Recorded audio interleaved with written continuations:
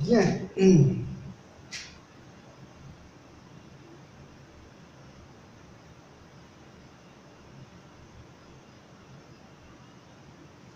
Bien, nous sommes donc dans ce que j'appelais tantôt le code Vodou.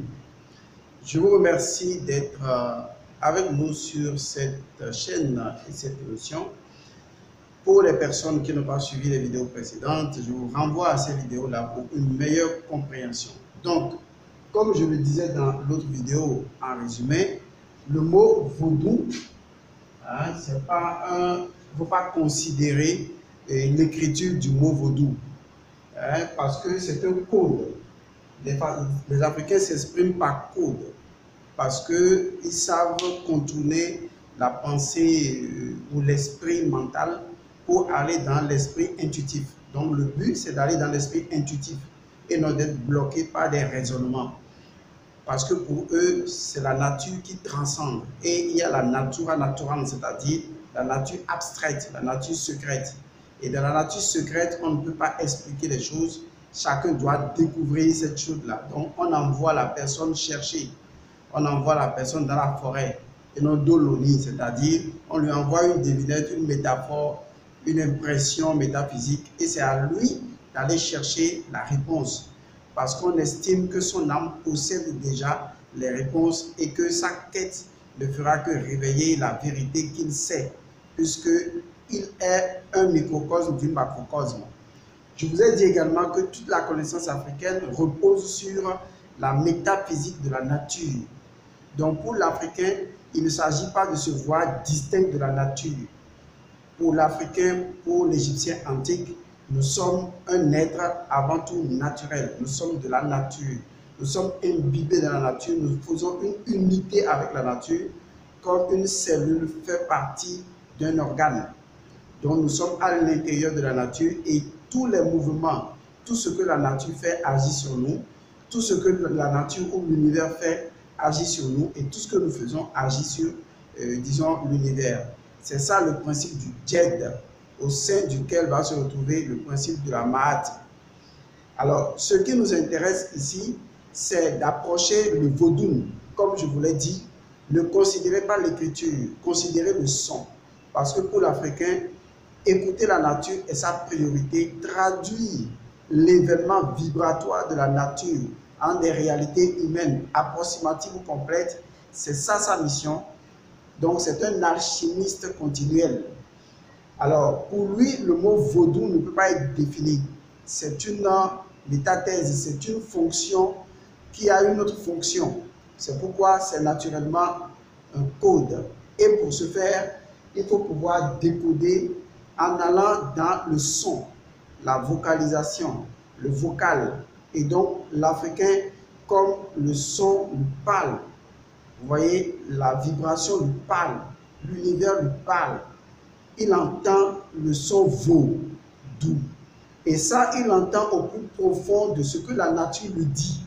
C'est comme les bouddhistes qui estiment que le son lui dit quelque chose. Vous voyez? Mais pour l'Africain, dans sa communion avec la nature, il a découvert que la science de ses ancêtres, ce n'est pas les mots qui les retranscrivent. C'est la compréhension de la pensée intuitive, de la vibration qui accompagne les mots. Donc pour lui, il va chercher le sens vibratoire, la compréhension vibratoire du ressenti de la vibration. Donc il ressent le vaudou, vaudou. Et il ressent ça sous forme de deux pôles, ouverts et fermés. Donc c'est une chose qui a à la fois une ouverture et une fermeture. Et quand on vous envoie chercher une chose qui est à la fois une ouverture et une fermeture, une chose à la fois inaccessible et accessible, une chose à la fois incompréhensible et compréhensible, et donc du coup, une chose à la fois immatière et matière, une chose à la fois cachée et révélée, donc ouvert et fermé, et bien l'Africain a trouvé le symbole qui part à ça. C'est le symbole de l'Ouroboros, le symbole du serpent qui se mord la queue. Parce que cela représente une chose à la fois ouverte et fermée. Et c'est ça le symbole du vaudou. Donc le vaudou, dans son originalité, symbolise tout simplement ce qu'on peut appeler l'Ouroboros. Je vais mettre ici code vaudou. Là, on sait que nous allons dans ce sens-là. Oui, je crois que j'ai élevé un peu trop l'écriture, puisque nous sommes en phase limite, donc on va faire comme ça, pour que tout le monde voit. Donc on a là le code vaudou. Alors on a dit que vaudou représente une seule et unique chose, et bien l'Ouroboros, le serpent qui se mord la queue. Et nous sommes arrivés à vous expliquer que dans le mot vaudou, on peut avoir également vaudin. C'est-à-dire que vu que les hiéroglyphes peuvent être lus dans tous les sens, on a non seulement vaud, qui veut dire ouvert, ouvert c'est ouvert jusqu'à ouvert, de ouvert à l'infini. Et on a dans. Dans peut également se traduire par vaudin, c'est-à-dire da étant disons le mot qui désigne le roi. Da. Donc en fait, le roi même, qu'on appelle Da, est en réalité un Dan, ou est un fils de Dan. Vous voyez, c'est un fils de Dan. Si c'est lui-même qui incarne, on peut l'appeler Dadan. Vous voyez, c'est-à-dire le Da du Dan, c'est-à-dire le plus grand Dan qui s'impose. Donc en fait, il y a cette réalité selon laquelle l'Africain veut toujours identifier le roi comme n'étant pas seulement, disons, le propriétaire de la terre, mais comme étant le propriétaire ou le représentant de l'univers. C'est pourquoi je disais dans la précédente vidéo que quand on parle du mythe osirien, il ne s'agit pas de limiter ce mythe osirien à l'Égypte. Il faut considérer qu'il s'agit de l'univers. Donc pour le roi, il est non seulement le roi de la terre, Aïe Banfion. Vous voyez, Ban, on a toujours dedans Geb. Vous voyez, on a toujours Ban, ce qui descend. Il est non seulement le roi d'un pays, mais il est également le roi de la terre s'entendant à Geb, Ban, c'est-à-dire ce qui est descendu, les choses d'en bas. Vous voyez, il est donc le médian, il est le pont entre ce qui relie les choses d'en bas et les choses d'en haut. C'est ce que ça veut dire le roi, le Dan. Parce qu'il est le symbole du vaudin. Il est le symbole du vaudou. Vous voyez, c'est très important de comprendre les interactions des mots dans le sens de la vocalisation et de la compréhension mystique. C'est ce qui vous permettra de comprendre que c'est la parole qui définit l'Afrique. Et l'Afrique était allée dans le sens de l'oralité. On avait donc des anciens qui pouvaient mémoriser des chaînes illimitées d'informations parce que ces personnes-là ont activé un pouvoir, disons, naturel. Et que ce pouvoir leur permettait de transmettre des informations codées. Vous voyez, des informations codées pendant des heures sans se fatiguer de donner ces informations sous forme de récits et de mythes. Parce qu'on envoie l'esprit à travers un mythe, à travers un récit populaire, aller chercher l'information. Or, dans cette quête-là, vous voyez, dans cette quête, le quêteur qu'est l'Africain, il ne peut pas faire cette quête avec son esprit de raison, qui cherche le bien et le mal. Vous voyez, parce que dans ouvert et fermé, on ne sait pas où se trouve le bien, où se trouve le mal. Les deux sont à l'intérieur.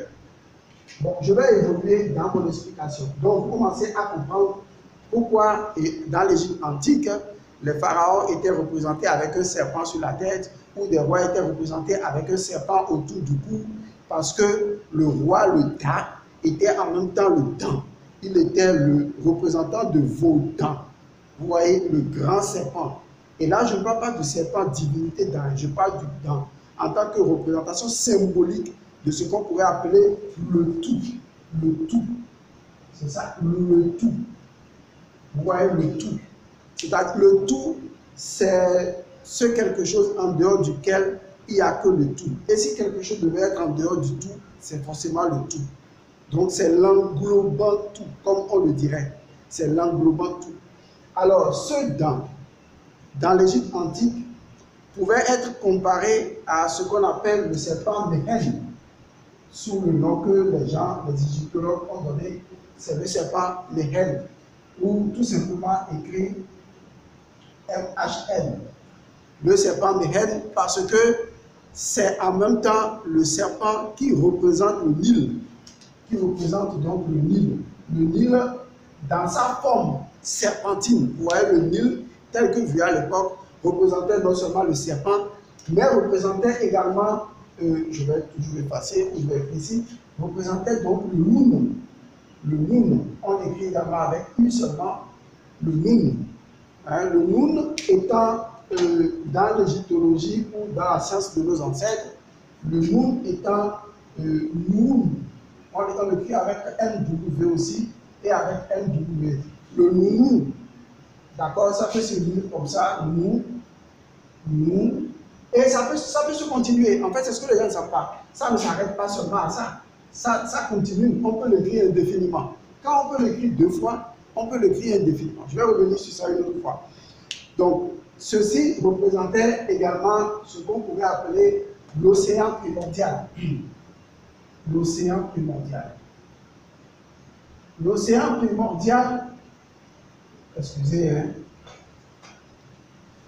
l'océan primordial, d'accord, symbole donc du Nil, était également ce qu'on pourrait appeler le Noun ou tout simplement le Vaudin.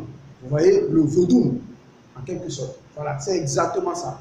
Et dans cet océan primordial ou le serpent de Hel, tel qu'on peut encore l'écrire, est en fait l'océan de vie, où on écrit l'océan de vie primordial.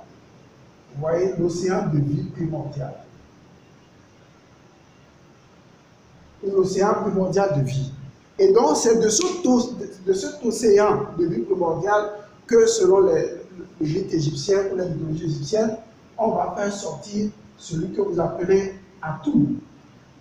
Vous voyez, celui que vous appelez généralement Atum. Et donc, ce qu'il faut comprendre de ce que nous sommes en train de dire, c'est quoi? C'est que le mot vaudou est un code. Et dans ce code-là, on peut retrouver tout, hein. On peut retrouver la science. Dans ce code, on peut retrouver l'informatique.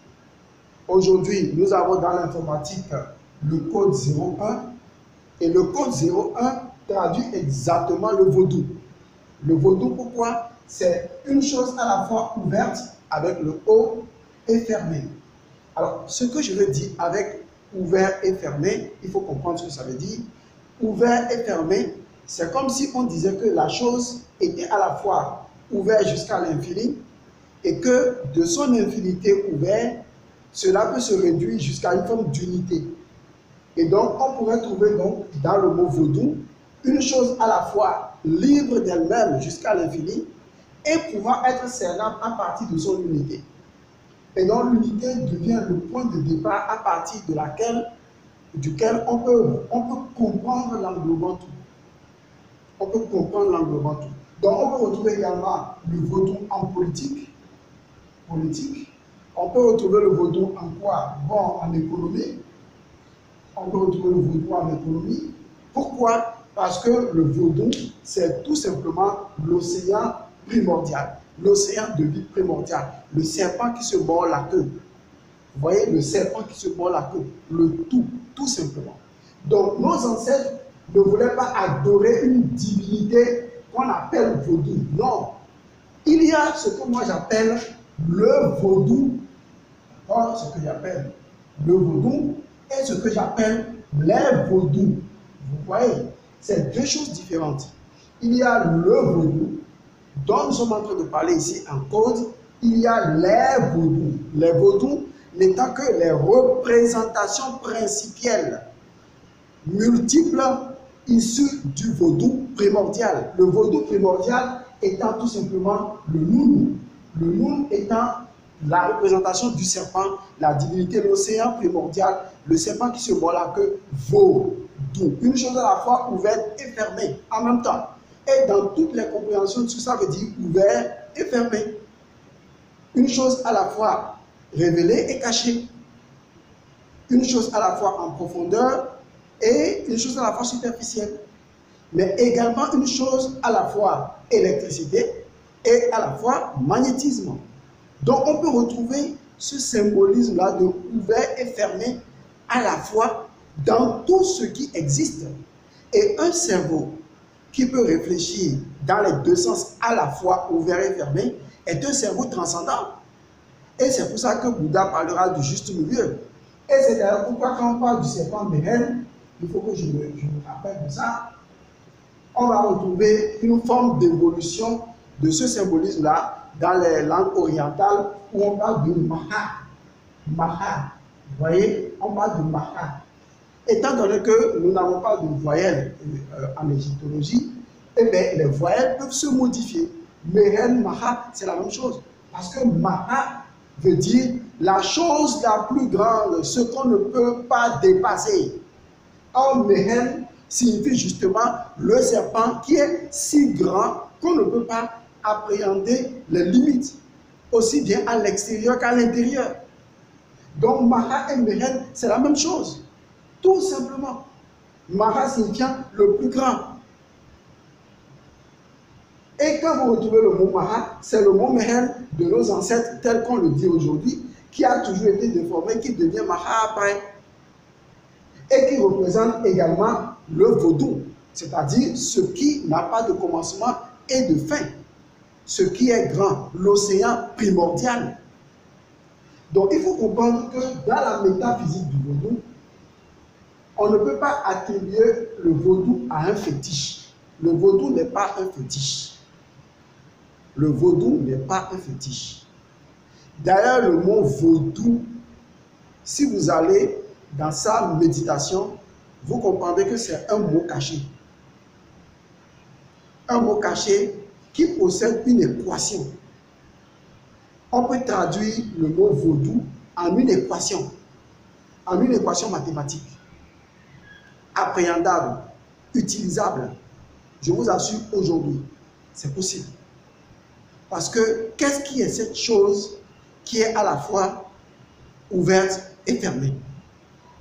Vous retrouverez ce symbolisme-là dans la physique quantique, où on vous dit que le chat sous le panier est à la fois vivante et mort. Le chat est à la fois vivant et mort, qu'on appelle le chat de Schrödinger, ou Schrödinger, moi je ne comprends pas le mot.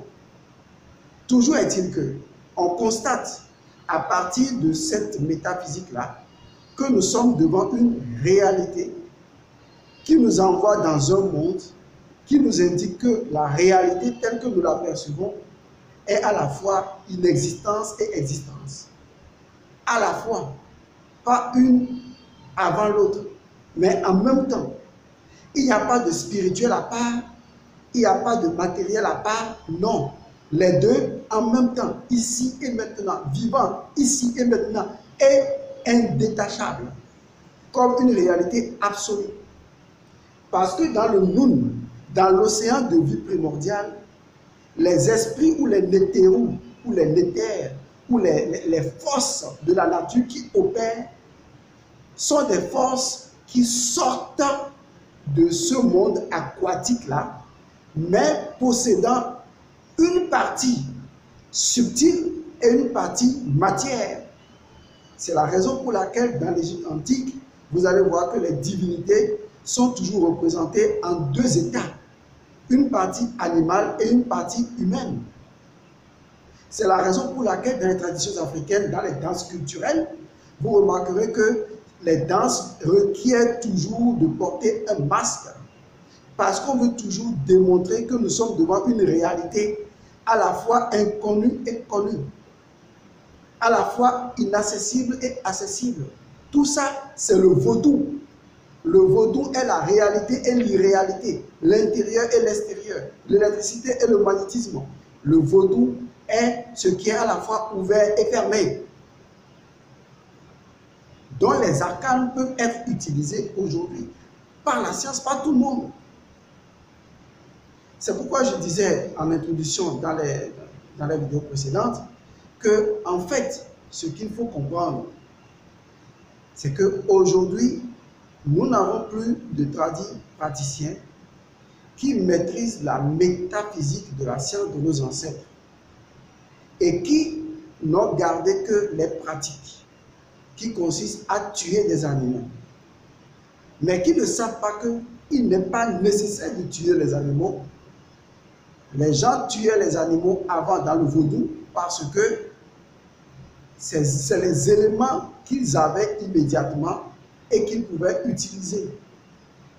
Mais ces éléments, n'étant que la partie muable et non immuable, on peut, à l'échelle de l'évolution, du dynamisme évolutif de la société, veiller à ce que la partie immuable demeure étant la partie principe et que la partie corps de la chose soit changeant et qu'on puisse utiliser même des feuilles uniquement en lieu et place des animaux. Tant qu'on connaît les plantes dont les principes actifs correspondent aux principes parties immuables pouvant leur permettre d'agir. C'est pourquoi dans la tradition africaine, pour certaines langues, on appelle la plante ou la feuille, ce que vous voulez, ama. Et ce mot a un sens dans ce que j'appelle la science du son en Afrique. Ama, ça a un sens. Vous voyez, donc il faut vraiment étudier, disons, ce que je pourrais appeler la tradition africaine dans sa globalité. Ne pas être répugné par les éléments secondaires que certaines personnes ne maîtrisent pas et qu'ils présentent pour dénaturer le côté fondamental même de la chose africaine. Il faut transcender ça et se dire que nous avons le vaudou qui est une science, qui est non seulement la sagesse, qui est l'intelligence universelle, mais qui est également une science avec des démembrements, avec la chimie, avec tout ce que cela comporte. Il suffit de comprendre comment, à travers les mythes et légendes, comment nos ancêtres ont camouflé, codé les informations, et c'est à nous de les décoder parce qu'à cette ère, ils nous ont envoyés, je parle en métaphore, ils nous ont envoyés dans la forêt. Et quand nous allons découvrir les choses, nous allons faire plus que nos ancêtres.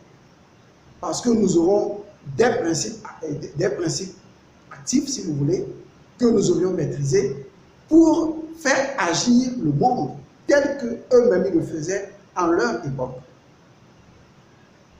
Donc le vaudou, c'est tout simplement le Noun. Maintenant, ce qui est intéressant avec le concept du Noun, c'est-à-dire l'océan primordial, c'est qu'en réalité, dans l'océan primordial, qui est donc l'Ouroboros, le commencement et la fin, qui est le symbole du serpent ou Da, tout ce que vous voulez, dans le symbole du Noun ou l'océan primordial, on voit déjà que nos ancêtres savaient que la vie est née de l'eau. Vous voyez, la vie est née de l'eau. D'ailleurs, le fœtus est né de l'eau. Tout naît du liquide. Parce que là, nous sommes devant un élément humide. Et si on retourne même dans l'égyptologie, on va trouver à quoi correspond le caractère humide et à quelle divinité cela correspond. Alors, dans le Noun, on a les Nétérous, ou ce qu'on appelle généralement les Nétères. Ce que moi j'appelle, je me permets d'appeler Noutourou. Noutourou. Il y a plus de R à la fin. Ce que j'appelle Noutourou, tout simplement. Chacun dira ce qu'il en veut. D'accord? Ou d'autres l'appellent encore Nétère. Enfin, il y a plusieurs écritures de la chose. Hein?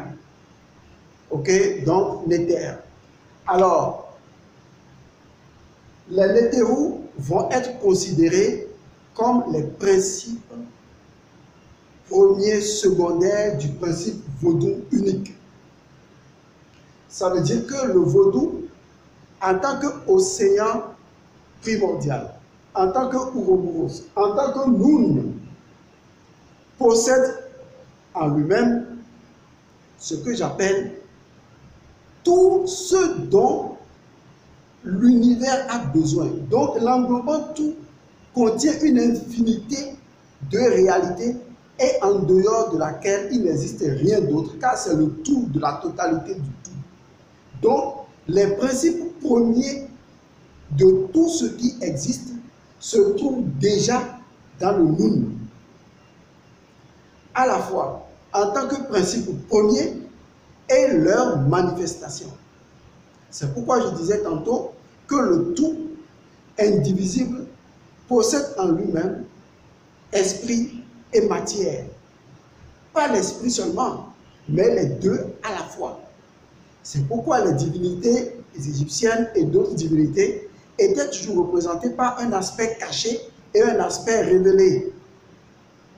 Esprit et matière. Les Nuturu étaient représentés comme ça. Toujours pour traduire le symbolisme du Nun, car le tout n'est le tout que lorsque le tout a la possibilité de ne pas être le tout. Donc le tout est à la fois illimité, infini, et le tout est fini dans sa capacité de vouloir manifester les réalités illimitées du tout. Et c'est la raison pour laquelle le Vodou et le Nun, c'est la même chose. C'est l'Ouroboros, c'est l'océan primordial. C'est ça le Vodou. Et à l'intérieur, on retrouve les divinités, ou les esprits illimités et infinis, ou les principatifs. Maintenant, qu'est-ce que l'Africain va faire? L'Africain va essayer d'atteindre une dimension où il va distinguer Mahou du Vaudou. Oui, ça vous paraît bizarre que c'est vrai que quand on dit que le Vaudou est le Nun et tout, on se dit, mais si on a le Vaudou qui est tout, mais où est Mahou dans tout ça? Vous voyez, j'écris également Mahou comme ça, MW, ça fait Mahou, comme je peux l'écrire tout simplement Mahou si vous voulez, ou avec tout simplement on peut l'écrire de plusieurs façons. Alors, dans les langues africaines, enfin, dans une des langues africaines, Mahou signifie deux choses. Premièrement, l'inaccessible, ce qu'on ne peut cerner, on ne peut prendre, ce qui est grand, si vaste, la vastitude. On retrouve là le concept de veau. Vous voyez? D'accord. Deuxième chose que ça traduit, dans un autre sens, c'est également Mahou, c'est-à-dire Mahou, ça veut dire quoi? C'est cette réalité inaccessible qui décide de mourir en elle-même afin d'être à la fois la seule réalité qui se partage le plus. Donc, on peut le dire en minant Emaou, Emaou, Emaïdoko, Emanu. Vous voyez, on retrouve également le code Mana, Manu, tout ce que vous voulez. Donc, Emanu, il se partage en une infinité. C'est la seule réalité qui peut se diviser en une infinité. C'est, comme le dirait le Coran, le grand partageur.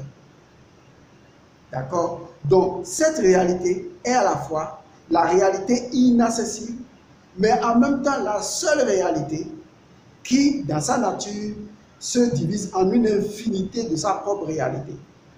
On retrouve également là le Vaudou. Et c'est vrai, on pourrait dire que Vaudou et Mahou, c'est parfaitement la même chose. Alors, où se trouve peut-être de façon technico-technique la nuance? La nuance est que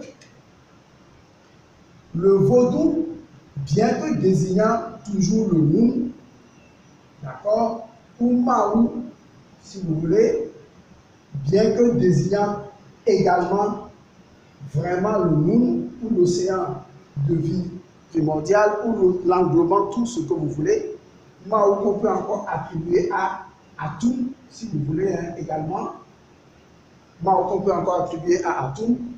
La nuance entre le fait que Mahou est le Nun, d'accord, et que le Vaudou est le Nun, c'est que le Vaudou traduit la partie qu'on pourrait appeler fonctionnelle de Mahou.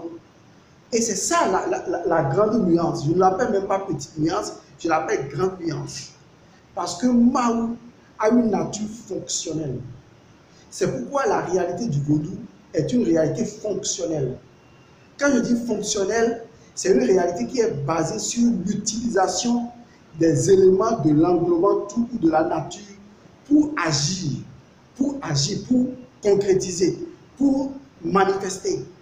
C'est pourquoi le vaudou, bien que désignant le Noun, parle beaucoup plus des éléments fonctionnels, des caractéristiques qu'on peut utiliser du Noun pour pouvoir agir. Donc il s'agit de toute la magie, de tout le pouvoir, de tous les éléments technico-technologiques, de toutes les lois qu'on peut matérialiser au sein du Noun pour pouvoir agir, pour pouvoir concrétiser. Par exemple, grâce au vaudou, on sait qu'on peut faire les combinatoires. On peut combiner des éléments et produire un résultat. Nous sommes dans les éléments fonction. Nous sommes dans les fonctionnalités du Noun, dans les fonctionnalités de le tout, de l'englobant tout, le serpent qui se voit là, qu'on est dans ces fonctionnalités. La maîtrise de ces fonctionnalités, c'est exactement ça, le Noun. Je vais vous expliquer. Au niveau scientifique, je vous assure, au niveau scientifique, les propriétés d'une chose sont la chose. Oui, c'est ça. Au niveau scientifique, les propriétés d'une chose sont la chose. C'est en ce sens que les propriétés fonctionnelles du Noun sont le Noun et sont ce que j'appelle vaudou. Mais Mahou désigne tout simplement l'englobant tout, aussi bien dans son caractère inaccessible que dans sa capacité à être infinitésimal à toutes les infinitésimales possibles. De telle sorte que chaque infinité ou chaque élément infinitésimal possède une infinité d'infinitésimales et devenant ainsi en soi le tout, parce que le tout contient le tout de façon illimitée et infinie. Ça, c'est Mahou, on ne peut pas l'appréhender.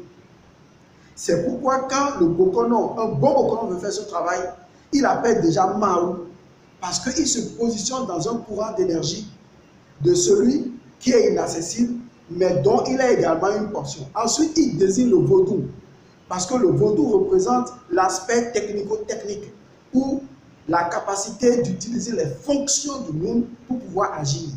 Mais les propriétés fonctionnelles du Noun sont le Noun. Du coup, on peut dire également que le vaudou, c'est le Noun.